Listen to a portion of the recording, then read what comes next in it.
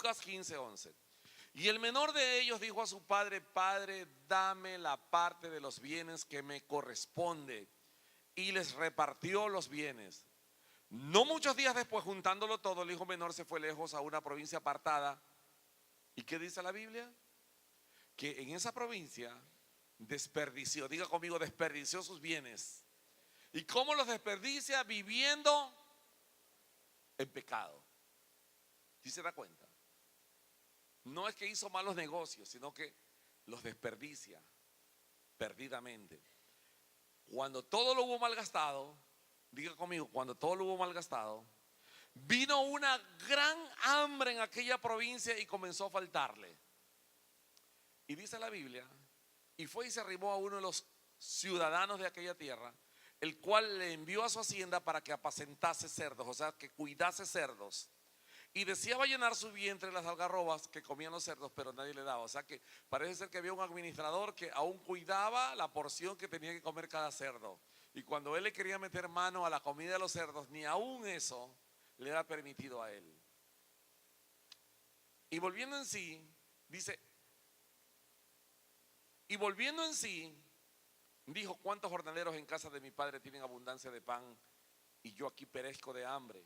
Me levantaré, iré a mi padre y le diré: Padre, he pecado contra el cielo y contra ti, ya no soy digno de ser llamado tu hijo. Hazme como a uno de tus jornaleros. O sea que aquí él reconoce y se arrepiente. ¿Qué hace él? Reconoce y se arrepiente. Y levantándose vino a su padre, y cuando aún estaba lejos le vio su padre, y fue movido a misericordia, y corrió y se echó sobre su cuello y le besó. El hijo le dijo: Padre, he pecado contra el cielo y contra ti, y ya no soy digno de ser llamado tu hijo. Pero el padre dijo a sus siervos: Sacad el mejor vestido y vestidle, y poned un anillo en su mano y calzado en sus pies, y traed el becerro gordo y matadlo, y comamos y hagamos fiesta, porque este mi hijo muerto era y ha revivido, se había perdido y es hallado. Y comenzaron a regocijarse. Y su hijo mayor estaba en el campo, y cuando vio lo que sucedía, se acercó, escuchó la música, las danzas, y llamando a uno de los criados le preguntó qué era aquello que estaba sucediendo. Él le dijo: tu hermano ha venido y tu padre ha hecho matar el becerro gordo por haberle recibido bueno y sano. Entonces se enojó y no quería entrar. Salió por tanto su padre y le rogaba que entrase, mas él respondiendo dijo al padre: he aquí tantos años te sirvo, no habiéndote desobedecido jamás, y nunca me has dado ni un cabrito para gozarme con mis amigos. Pero cuando vino tu hijo, que ha consumido tus bienes, con rameras has hecho matar para él el becerro gordo. Él entonces le dijo: hijo, tú siempre estás conmigo y todas mis cosas son tuyas, mas era necesario hacer fiesta y regocijarnos, porque ese tu hermano era muerto y ha revivido, se había perdido y es que dice hallado. Esta parábola de el hijo pródigo nos habla de un joven que en su momento no consideró la voz del padre. Consideró a sí mismo que él tenía edad suficiente como para pedir al padre en un momento equivocado, con una decisión equivocada, inoportuna, lo que él consideraba que a él le pertenecía por derecho de ser hijo. A veces el derecho no es la mejor ocasión para nosotros separarnos de vivir una vida bajo la cobertura. Este padre representa ¿a quién? A nuestro Dios. Y a veces nosotros hemos olvidado que es mejor estar junto al Padre que separado del Padre. Dice la Biblia en Jeremías 29:11 para nosotros, la iglesia: porque yo sé los pensamientos que tengo acerca de vosotros, dice Jehová. Dios piensa en nosotros. Dios piensa en cada una de nuestras familias. Dios piensa en el presente, Dios piensa en el mañana, Dios piensa en el futuro. Dios tiene planes con nosotros. Dice: yo tengo pensamientos de paz y no de mal, para darnos el fin que esperas, o sea, para concedernos las peticiones de nuestro corazón. Él, cuando dice yo pienso, él está planeando en darnos una vida de calidad,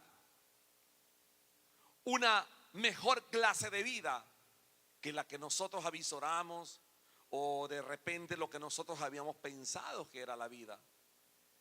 ¿Por qué? Porque el amor de Dios es muy grande, que no debería haber la más mínima duda acerca de esa verdad. Él siempre dice: yo tengo pensamientos de bien para ustedes. Estoy pensando en la forma en cómo ayudarlos, en cómo bendecirlos, en cómo restaurarlos, en cómo sanarlos, en cómo prosperarlos. O sea, el Señor está de nuestro lado. Él es nuestro buen pastor, que dice en su palabra que nada nos faltará, que en delicados pastos nos hará descansar, que junto a aguas de reposo nos pastoreará. O sea, nosotros estamos en las mejores manos, en las manos del Señor. No le quepa la menor duda, independientemente del momento, de las circunstancias, de las situaciones, de lo que esté pasando, usted está y debe de prevalecer ese pensamiento de que usted está en las mejores manos. Entonces usted se pregunta: si estoy en las mejores manos, ¿por qué me está sucediendo, aconteciendo a mí lo que entre comillas no debería de sucederme? Porque eso es lo que nosotros somos, muy reclamones, ¿ok? Somos muy personas que señalamos, personas que reclamamos derechos. Y yo le voy a decir por qué usted está así, ¿ok?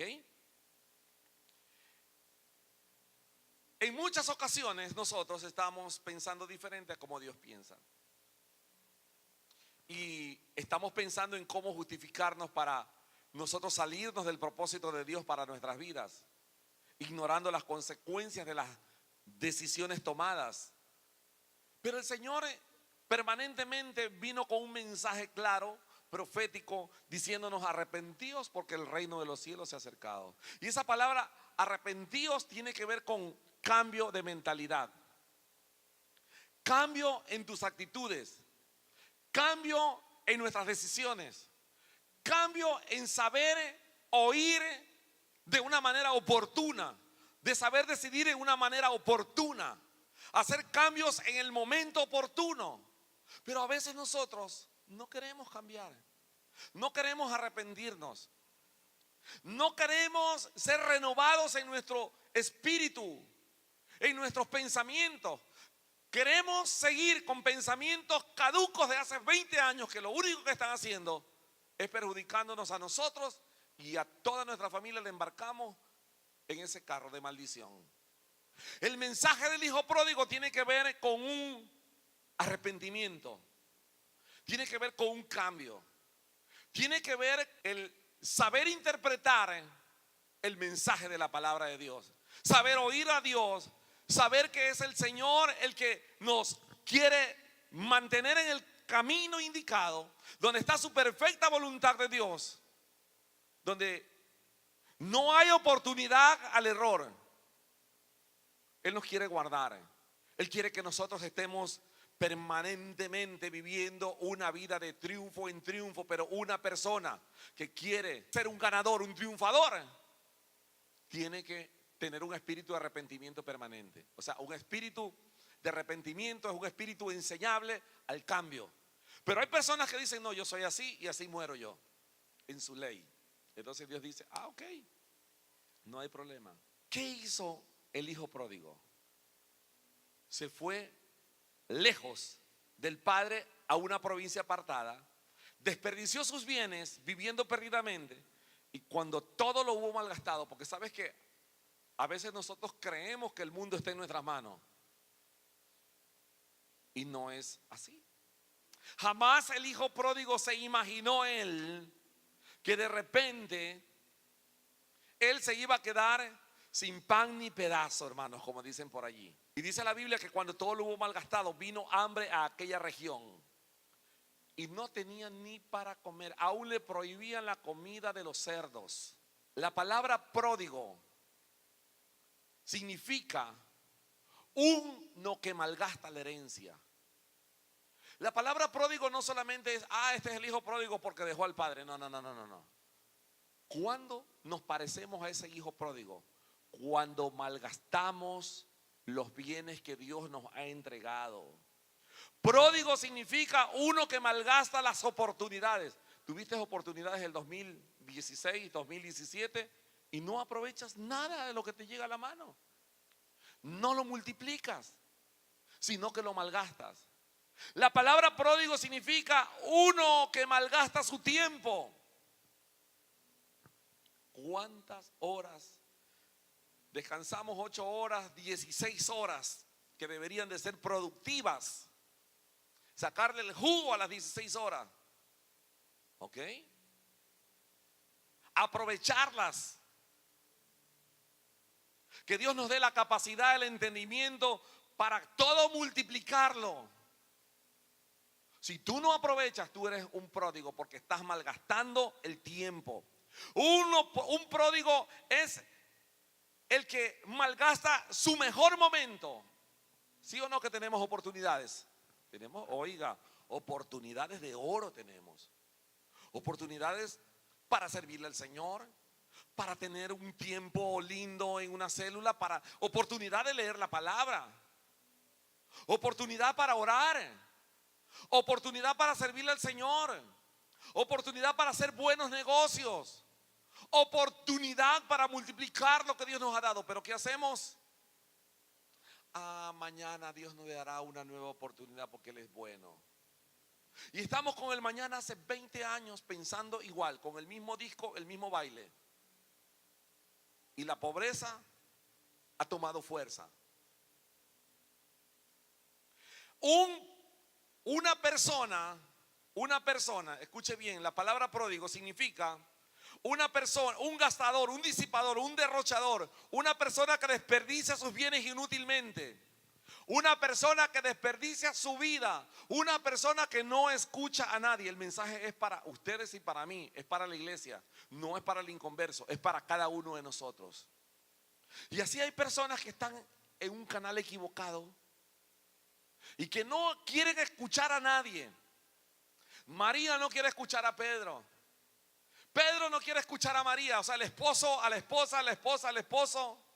Hay hogares donde nadie se escucha, donde cada uno hace lo que mejor le parece. Yo no sé si ese es su caso, pero si ese es su caso, usted tiene que hacer un stop, un pare, un alto. Hay que sentarse, hay que conversar, hay que dialogar, hay que hacer acuerdos, hay que escucharse. El esposo a la esposa, la esposa al esposo, los hijos a los padres a los hijos. ¿Estamos de acuerdo? Porque si no, escúcheme bien, porque si no nosotros al final del día vamos a estar en la condición de este joven, desde la perspectiva de una persona que pudiendo haber levantado cabeza, pudiendo haber alcanzado, haber aprovechado las oportunidades, no las aprovechó. Porque él creyó que él estaba haciendo lo correcto. Así hay mucha gente pensando que hace lo incorrecto, pero no llega a ninguna parte. Porque la Biblia dice: por los frutos, ¿qué? Exactamente. Entonces, mis amados hermanos, tú no puedes desconocer que el mejor momento de tu vida es estar bajo la cobertura del Padre. El mejor momento para que tú aproveches la oportunidad de tu vida es estar en la presencia de Dios. Jesús dijo: y recibiréis poder cuando haya venido sobre vosotros, ¿qué? El Espíritu Santo de Dios. No podemos de ninguna manera, viviendo bajo el amor y cobertura de Dios, vivir ignorando su palabra, su mensaje, y tomar decisiones insensatas, tomar decisiones equivocadas que llevan al hombre a la condenación y a la destrucción, hermano. La Biblia dice que usted y yo fuimos creados ¿para qué? Para buenas obras. Y no estamos exagerando aquí la nota, porque si no, haga un examen de cuántas oportunidades usted ha tenido en estos 3 últimos años. Y usted no puede decir que no las ha tenido, las ha tenido. ¿Cuántas veces Dios le habló y usted pensó en el qué dirán de la gente. Yo le voy a decir algo, mire. Quítese el qué dirán de su mente. Porque lo que menos le importa a la gente es usted y yo. A la gente no le importamos, hermano. A veces nos vestimos para la gente, hablamos para la gente, decimos, ¿y qué sé yo, hermano? Pero en la práctica,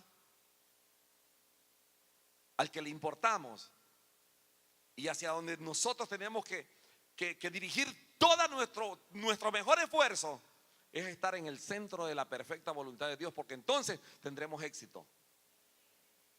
Por eso dice el Señor, nunca se apartará de tu boca este libro de la ley, sino que de día y de noche meditarás en él, para que guardes y hagas prosperar todo tu camino.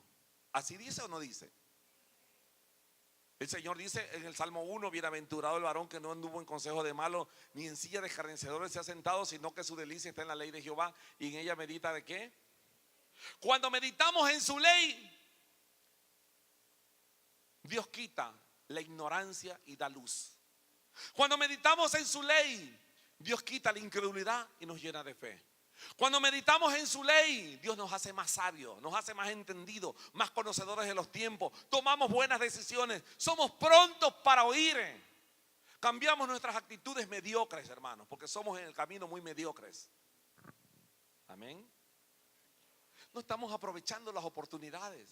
Entonces vemos a otros tipos que les va bien, tienen su buena casa, tienen su buena familia, su buen hogar, hijos correctos, hijas correctas. Vemos empresarios cómo van adelante y nosotros los estamos mirando y decimos, y yo que tengo a Dios, a mí no me va tan bien. Pero no te va tan bien porque tú no sabes que ese hombre, esa familia está tomando buenas decisiones, las mejores decisiones, las correctas decisiones. ¿Qué te parece?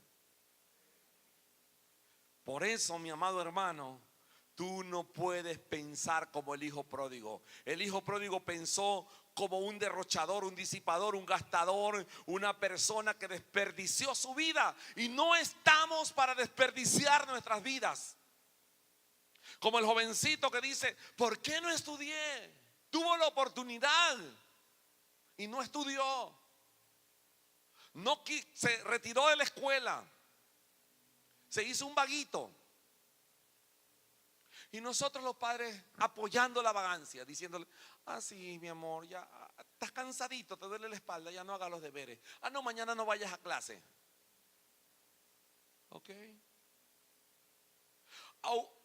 Aupando la pobreza de ese joven, de ese niño. Cuando la Biblia dice, instruye al niño en su camino y aun cuando fuere viejo no se apartará de él. Mi amor, no vayas a la universidad. ¿Ok? No te preocupes. Los estábamos en el camino convirtiendo en los futuros hijos pródigos a nuestros hijos. Y nosotros también somos parte a veces de esa herencia de cómo nuestros padres influenciaron, porque somos producto de un liderazgo que nos influenció para bien o para mal. Amén, mi amado hermano. Cuando yo le decía a mi papá que me dolía la barriga, que no quería ir a la escuela, él me decía, licenciado, con barriga y todo te me vas. ¿Ok? Nunca me dio chance para faltar a la escuela, hermano. Y me enseñó acerca de la puntualidad. ¿Ok? Entonces nosotros tenemos que aspirar, que tú tienes que ser el mejor en donde tú te encuentres. Tú tienes que afinar tu talento para ser el mejor de el lugar de tu promoción, de tu casa, de tu empresa, en donde tú te desempeñes. Tú tienes que ser uno de los mejores. Tú no puedes pensar como pensó el hijo pródigo, como un derrochador, como un disipador, como un perdedor de las oportunidades. Hay gente que se pasa 3, 4 horas viendo televisión y ni 10 minutos leyendo la Biblia. Si ese es su caso, levante la mano. A usted sí la lee, dice. Hay gente que ve telenovelas todo el día. Mujeres ancianas de Dios viendo telenovelas, en vez de estar orando, leyendo, predicando la palabra o cultivando su vida, hermanos. Tenemos que cultivar nuestra inteligencia, la sabiduría de Dios. A veces preguntamos, ¿y por qué nos va mal? Por malgastar el tiempo, por ser personas que hemos derrochado, hemos desperdiciado nuestros bienes inútilmente. Tú tienes que cultivar tu vida. Dile a la persona que está junto a ti, tienes que cultivar tu vida. Lee la palabra. La palabra trae sabiduría al corazón de las personas. La palabra trae inteligencia. La palabra, hermano, te permite tomar sabias decisiones. ¿Quién dijo que la palabra era para las abuelitas, para la gente pobre y para los enfermos? La palabra de Dios es para gente inteligente. La palabra de Dios es para los que nos sentimos necesitados de ella. La palabra de Dios es para nosotros, los que estamos realizando empresas, haciendo empresas, los que estamos trabajando, los que estamos siempre a la vanguardia. Para ellos es la palabra de Dios. ¿Tú sabías que este es el libro más leído del mundo? Si tú leyeras más la palabra, tú saldrías de la condición, yo te profetizo, de la que tú te encuentras el día de hoy. Así de sencillo, hermano. Entonces tú tienes que cultivar tu tiempo, tu servicio, tu llamado, porque tú tienes un llamado de Dios para servirlo, para adorarlo, a vivir una vida que agrade a Dios. No tienes que vivir pensando en tus intereses, sino entregárselos al Señor. Tú no puedes pensar como el hijo pródigo, vivir como el hijo pródigo y pretender que Dios te siga prosperando. O sea, yo vivo como me da la gana, pero a pesar de todo eso, Señor, tú sí bendíceme, por favor. Y así a veces nosotros estamos. Y decimos, bueno, al final del día yo hago lo que a mí me dé la gana, porque es mi vida, porque yo me mando, porque yo lo de aquí, yo más allá y yo más acá. Pero lo que nosotros desconocemos es que ya no podemos vivir haciendo lo que nos da la gana. ¿Por qué? Porque ahora tenemos un Dios, hermano. Un Dios que ha tomado ya nuestras vidas y que ya nosotros le pertenecemos a Él, que ya somos sus hijos y que tenemos que tener identidad de hijos. Hay mucha gente que no tiene identidad. Por ejemplo, yo sé qué apellido soy yo, cómo se llama mi padre. Yo reconozco, yo escucho la voz de mi padre, que él vive todavía, y yo sé que cuando él me llama, yo telefónicamente, yo sé que él es mi papá y le digo, buenas tardes, buenos días, papá, ¿cómo está? Tengo identidad de hijo. Así mismo debería de ser en el camino, en la vida espiritual, en donde tú aprendas a escuchar la voz de tu Dios a través de la palabra y que tú respondas como un hijo de Dios con identidad para que tú te allanes a su voluntad. El gran problema es que hay mucha gente que ingresa los domingos a cualquier iglesia y sabes una cosa, sin identidad, y cuando salen de la iglesia salen a vivir sin ningún tipo de identidad como hijos, sin ninguna cobertura, sin ningún sometimiento a ningún mensaje, a ninguna enseñanza, y ellos son sus propios pastores y están en desgracia.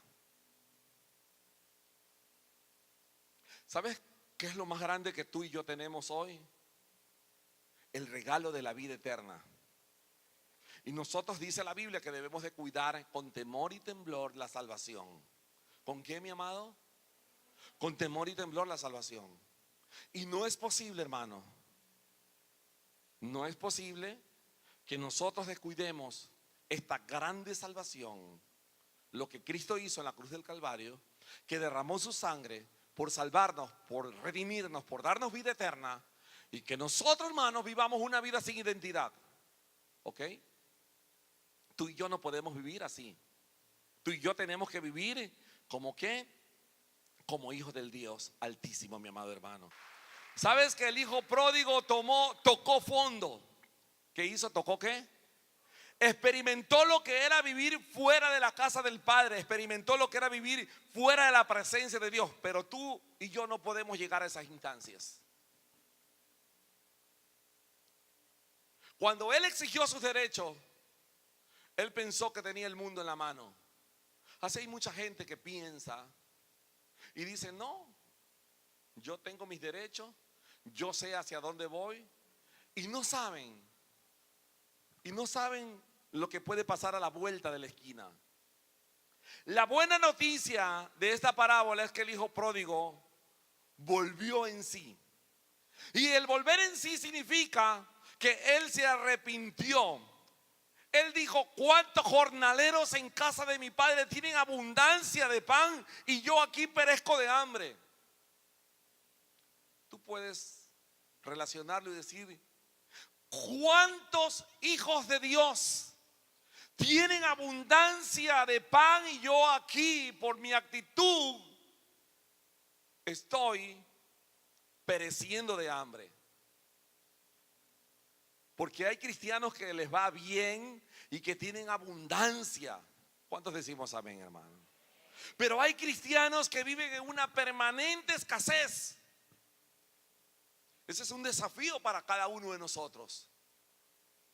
Para poder decir qué está haciendo de bueno el cristiano que está allá, para yo ir y visitar la calidad de vida, las decisiones que está tomando, la conducta que está asumiendo, las actitudes, porque probablemente aquello es lo que está haciendo que su vida y la vida de su familia estén en un mejoramiento continuo. En cambio, mi vida y la vida de mi familia estén en qué? Lo contrario, ¿verdad? Dios nos está desafiándonos a ser más esforzados. Dios está desafiándonos a arrepentirnos genuinamente, a cultivar nuestras vidas. El hijo pródigo hizo un alto, un stop, dijo: ¿cuántos jornaleros en la casa de mi padre tienen abundancia de pan y yo aquí perezco de hambre? Me iré, dice, me levantaré, iré a mi padre y le diré: Padre, he pecado. ¿Cómo le dijo él? ¿Padre qué? ¿Es qué? No escucho, ¿es qué? Él no dijo: me equivoqué.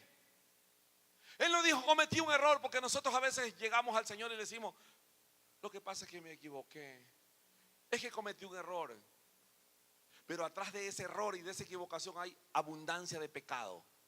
Pero nosotros le presentamos: es que me equivoqué, es que fue un error.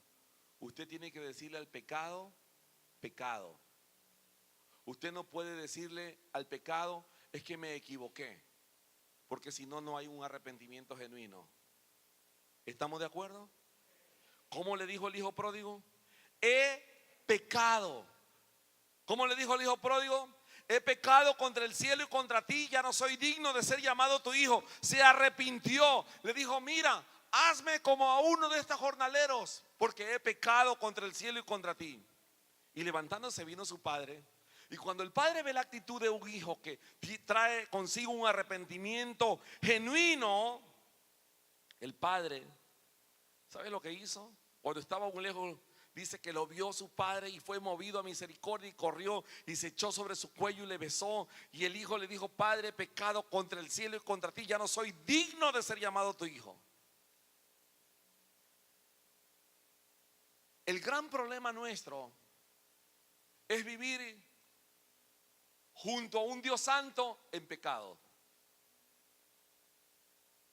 El gran problema nuestro es seguir pensando o asumiendo una actitud de gente que vivimos en un mundo y que de repente como que Cristo solamente está en la iglesia y que de allí para allá cada uno mire cómo vive su dulce vida. Y eso significa que somos hijos sin identidad de padre, hermano. Que somos hijos y que no sabemos el propósito.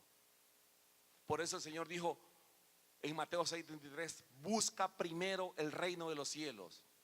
Porque tú, buscando el reino de los cielos y su justicia, tú te convences, te persuades, tienes convicción, te llenas de fe de que tu vida ha cambiado. ¿Cuántos de nosotros que estamos aquí creemos que nuestras vidas han cambiado? Hermano, porque si no, a mí antes me gustaban las discotecas, perdóname. Y yo me sentía ahí contento en las discotecas. Y me gustaba bailar, hermano. ¿Y sabes una cosa? Y me gustaba el mundo de las tinieblas. ¿Estamos de acuerdo? El mundo de las tinieblas. Si un amigo mañana me invita a la discoteca que a mí me gustaba, pero que ya no me gusta, yo le hablo, hermano, de mi nueva vida en Cristo Jesús. Conviértase Él a mí y no yo a Él. Y no es que muchos cristianos, por quedar bien, se embarcan nuevamente en la discoteca. ¿Ok? Entonces, ¿qué es lo que pasa? Que cuando tú tienes convicción, ¿cuál es el mensaje? Cuando tú tienes seguridad de que tú eres una nueva criatura, de modo que si alguno está en Cristo, nueva criatura es, tú ya no vas a pensar como el hijo pródigo. Tú vas a pensar como una persona nacida de nuevo, que tiene convicción, que tiene seguridad, que está sentado en lugares celestiales juntamente con Cristo Jesús y que no va a aceptar ninguna posición, hermano, de un hijo de las tinieblas que quiera persuadirte a través de mentiras de que tú nuevamente adoptes una clase de vida que le desagrada a Dios.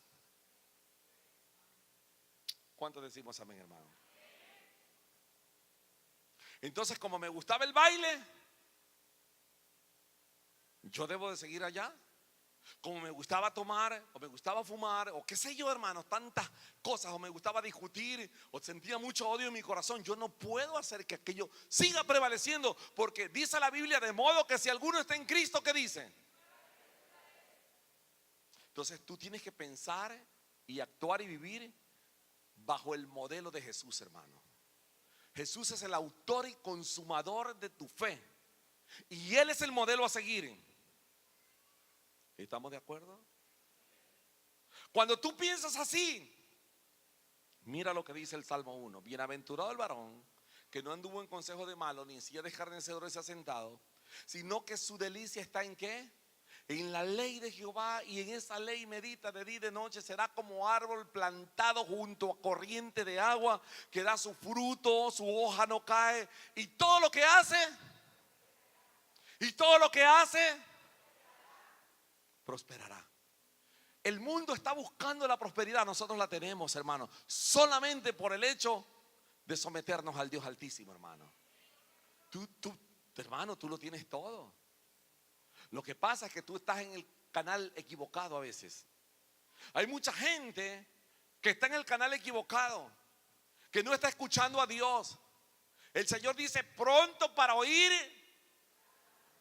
tardo para airarse. Dios nos ha dado dos oídos, una boca, pero hablamos más, hermano, que lo que oímos. Hay mucha gente que no quiere oír. Hay mucha gente que pretende saberlo todo. Son los sábelo todo, hermano. Amén. Son personas que usted no le puede decir nada porque, wow, ya lo saben todo. Pero tú mira un poquito atrás de la vida que están viviendo, no están en nada, hermano. Perdóname que te lo diga. Y el Señor, ¿qué quiere? El Señor quiere bendecir nuestras vidas, pero el Señor quiere que nosotros, ¿verdad?, no toquemos fondo. No necesitamos experimentar lo que vivió, hermanos, el hijo pródigo. La buena noticia aquí es que Dios tiene para ti algo nuevo y diferente. La buena noticia, mi amado hermano, es que el Señor trae cambios para tu vida. Por eso la Biblia dice en Mateo 3:2: arrepentíos, porque el reino de los cielos se ha acercado. ¿Y sabes lo que significa la palabra arrepentimiento? Significa un cambio en mi manera de vivir. En mi manera de vivir, hermano. Yo no sé cómo tú vivas, hermano, pero arregla tu vida. Dile a la persona que está junto a ti: arregla tu vida. Arregla tu vida, hermano. Hay familias que discuten todo el día. Levanten la mano. Que son discutidores profesionales, hermano. Hay personas que están, parejas que están como el perro y el gato allí, mordiéndose, peleando y peleando y peleando y peleando y peleando. Ella cree que tiene la razón, él cree que tiene la razón. Tiene que haber arrepentimiento allí, hermano. Tú tienes que decirle al Señor en la mañana: Señor, yo quiero que mi hogar sea un pedazo de cielo, Señor. Señor, yo quiero que tú traigas arrepentimiento al corazón de toda mi familia, para que toda mi familia piense en un solo sentir, en una sola fe. Amén, mi amado hermano. Que sea gobernado por un solo Señor, y no que las familias estén divididas, hechos pedazos, hermano. El papá va al norte, la mamá va al sur, los hijos van al este, hermanos, y los perros y los gatos al oeste. Hermano, perdóname. Así nadie va a triunfar. Así nadie va a avanzar, hermano. Amén. Dios es un Dios de acuerdo. Andarán juntos, dice, si no estuvieran de acuerdo. No podemos, mi amado hermano. Y lo primero que tenemos que hacer es ponernos de acuerdo. Y eso significa bajar la guardia. No porque tú seas un viejito ahí, no porque tú seas debilucha, no porque tú de repente, y él qué va a creer, y eso qué importa lo que él crea o lo que ella crea. A veces la opinión de la gente y el que creerá fulano, mengano, merengano nos ha paralizado y no hemos alcanzado los objetivos que estaban en los planes de Dios. Entonces, mi amado hermano, a partir de ahora tú tienes que aprender a morir en Cristo Jesús. Y eso significa, mi amado hermano, a aprender con la sabiduría de Dios a poder interpretar cuál es el mensaje de Dios para tu vida. Porque el mensaje de Dios para tu vida es el que cambia verdaderamente la vida tuya y la vida de tu familia.